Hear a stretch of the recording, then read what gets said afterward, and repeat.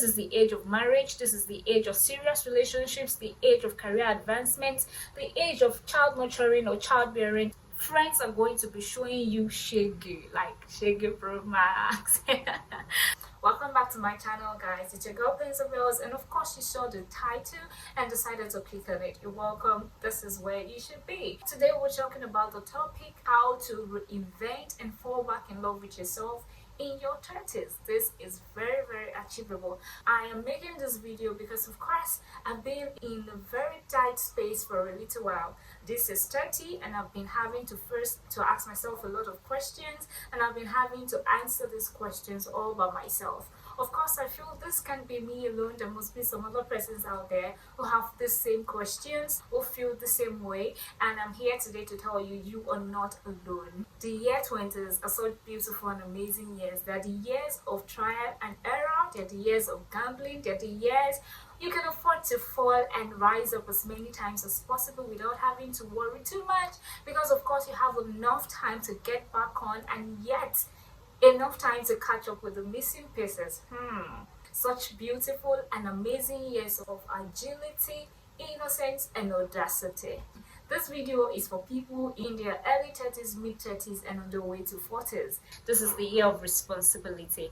A lot is happening and a lot is going on, and of course a lot is lying ahead in the years that are coming ahead of you. There is no time for jokes. There is no time for gambling. This is the year where we face the consequence of our actions without anybody understanding you. Of course, thinking about this whole thing, you are currently at a phase where you're probably married. If you're not married, you're looking into getting married. You're probably established in your career. If you're not, you're currently trying everything possible to be established on a career path. You're currently having kids. If not, you're a TTC mom. In a nutshell, this is the age of marriage. This is the age of serious relationships, the age of career advancement, the age of child nurturing or childbearing. This is the age where a lot is going on, and this is the age where friends are going to be showing you shege, like shege pro max. With all of this ahead of us and the pressure coming from this whole scenarios, there are a lot going on in our minds, and as a matter of fact, if care is not taken, we may end up not paying enough attention to ourselves and easily fall out of love for ourselves. Of course, as we try to do these things, mistakes will be inevitable. We will fall at some point, we'll make mistakes at some point, and if we don't handle it too well, we may be feeling less adequate. We may be feeling like we're failures. We may also be feeling like we're not doing enough, which of course somewhere deep down inside of us, we know this is not true, but we do not even have enough ability to shake this off. This is the face I am currently, and sometimes I look into the mirror and it's so difficult to tell myself that I have so much love for the person I see staring back across to me, because sometimes I feel like I have failed, sometimes I feel like I have wasted time, sometimes I feel like I have taken the wrong turn, sometimes I feel like I could have done better, sometimes I feel like I wasn't smart enough at some phases. That is in my 20s. If you're feeling the same way now, I need you to listen to me. I know with the agility, with the innocence, with the audacity that is accustomed and associated with the year 20s, many of us made a lot of mistakes, and now that we are 30s, we'll sometimes look back and go like, I could have done better, I could have settled for more, I could have, given more, I could have a lot of I could have. If I knew, I could have. If I knew better, I would have done this way. If I knew better, I would have handled it this way. And yes, we are here, and the fact remains that many of these things really can't be fixed anymore. Some we can still do one or two about, but so many of it is just nothing. There are things that we really can't go back in time to correct. But I need you to know something. This is what I tell myself whenever I find myself in a place like that. I tell myself that was then and this is now. I have a whole lot of years ahead of me, and what I need to do now is to ensure that by the time I look in the mirror and I get into some kind of retrospection, looking back into the years before now, I'm not going to have a lot of regrets, just like I have right now, about certain things that I feel I could have done better. I'm not going to be having this same kind of feeling in a couple of years to come. I need you to look into the future. Think about the next 5, 10, 15 years. What kind of feelings do you want to have? How excited, how proud do you want to be? I need you to start allowing these thoughts to guide you every blessed day. But I don't even want you to give place to pressure. I don't want you to give place to so much carefulness, because sometimes if you hold too tightly to an egg because you're being careful, the egg doesn't fall from your hands. It is either going to fall eventually, or you are either going to hold it so firmly out of carefulness and end up breaking the egg, right? So I'm only going to ask you to first of all take it easy on yourself. Now, because this is 30 and the game is played a little bit differently from the way it was in the 20s, right? What I do is, whatever doesn't make me happy, I change it. Yes, this life is mine. This little light of mine, I'm just going to let the light shine. I'm not going to hold back. So whatever it is that is standing on my way to being happy, to shining, to being comfortable, to living my best life, I change it. I need you to know that there is no doing much in you trying to make yourself happy. There is no doing much in you trying to do what is best for you. So far, it's not hurting your neighbor. So far, it's not hurting another person. Enough of people pleasing. Enough of using yourself as a doormat for every other person to step up. No, it is time to start choosing yourself intentionally and doing things that makes you happy. And may I remind you that if you are not in the right frame of mind, you are going to struggle. You will struggle even with the little things that shouldn't take you so much time, so much of your energy, so much of your concentration, so much of your resources, because you are not in your right frame of mind, because you are struggling to be happy, because you're feeling down inwardly. You're going to struggle and struggle and struggle, and at the end of the day, you're going to answer to nobody but yourself. For every other person out there who is in this same phase, this is the phase of childbearing, career development. This is the phase where a lot of relationships are going to be reforming and reshaping. Some are going to be falling, some are going to be building up. This is the phase where you really want more spiritually, financially, emotionally. This is the phase where your children needs you, your family needs you, a lot of expectation, and if you're not careful, the pressures begin to build. So this is what I'm talking to you about. You really need to accept and embrace the changes that come to this new phase. I am not asking you to embrace the bullshit. I am asking you to embrace yourself. Hold yourself. Be prepared to manage the pressure. Be prepared to manage your time. Be prepared to manage your resources. Be prepared to manage everything, so that as much as you're dishing out a lot of yourself to every other person out there who needs you, you also have a lot to give onto yourself. If you have kids already, you probably had surgeries, your body has probably changed, and sometimes you look into the picture of you when you were 20, when you were unmarried in your 20s, and you go like, how did I even become this person I'm looking in the mirror? You are not alone. This is currently the phase where you're struggling career-wise and you're like, I used to be this bright, brave, A-class lady or guy, but how come I am struggling? I'm not even supposed to be here. Hey, I need you to extend grace to yourself. This is the phase where you need to be really kind, compassionate, loving to yourself. Because if you don't do all of this, nobody is going to do it as much as you want it. So please take it easy with yourself, because at the end of the day, everything is going to set out, and you would really blame yourself for wasting so much time and energy brooding over these things that are yet to come into shape. I know that time, seasons have changed. A lot is going on. Every aspect of life and humanity is evolving. So the Penza of 20 years ago is not expected to remain the same Penza at 30.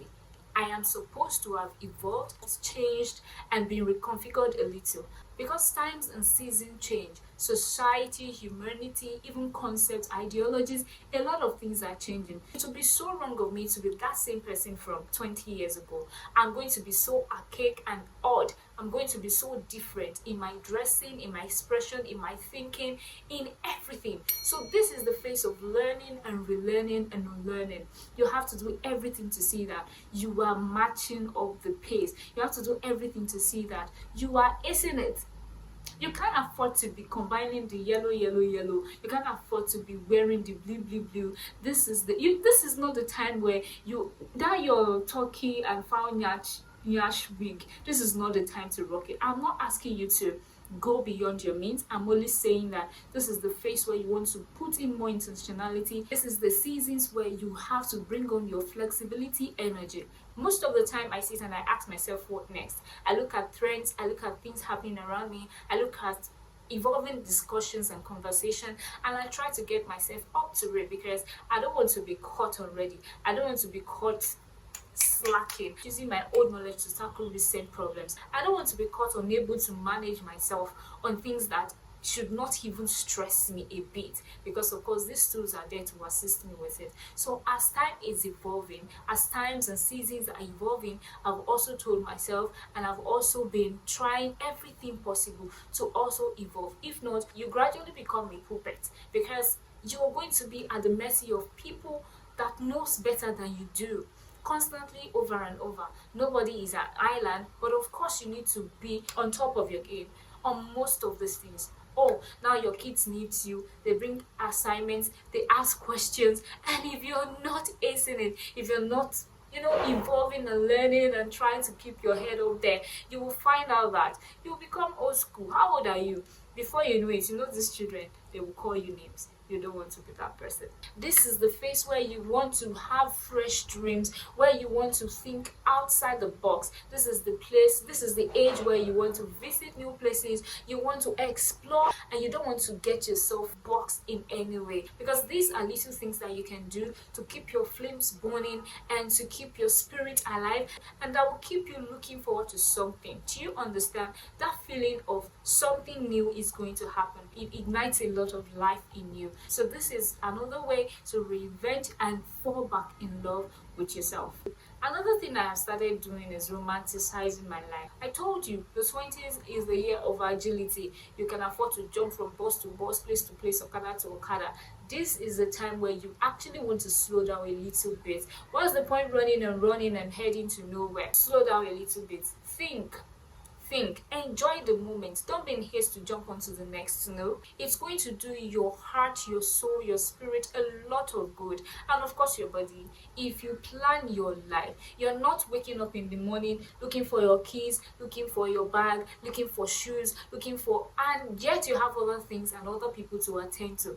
You probably have a husband, you probably have children. So if you have not taken time to plan yourself, how will you even be able to attend to these other persons that are dependent on you? Maybe you don't have a husband, maybe you don't have kids yet.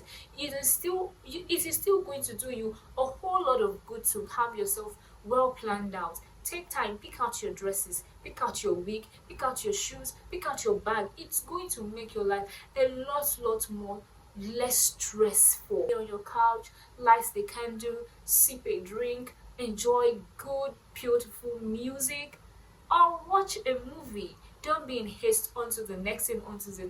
No, pay attention to times, meditate, journal.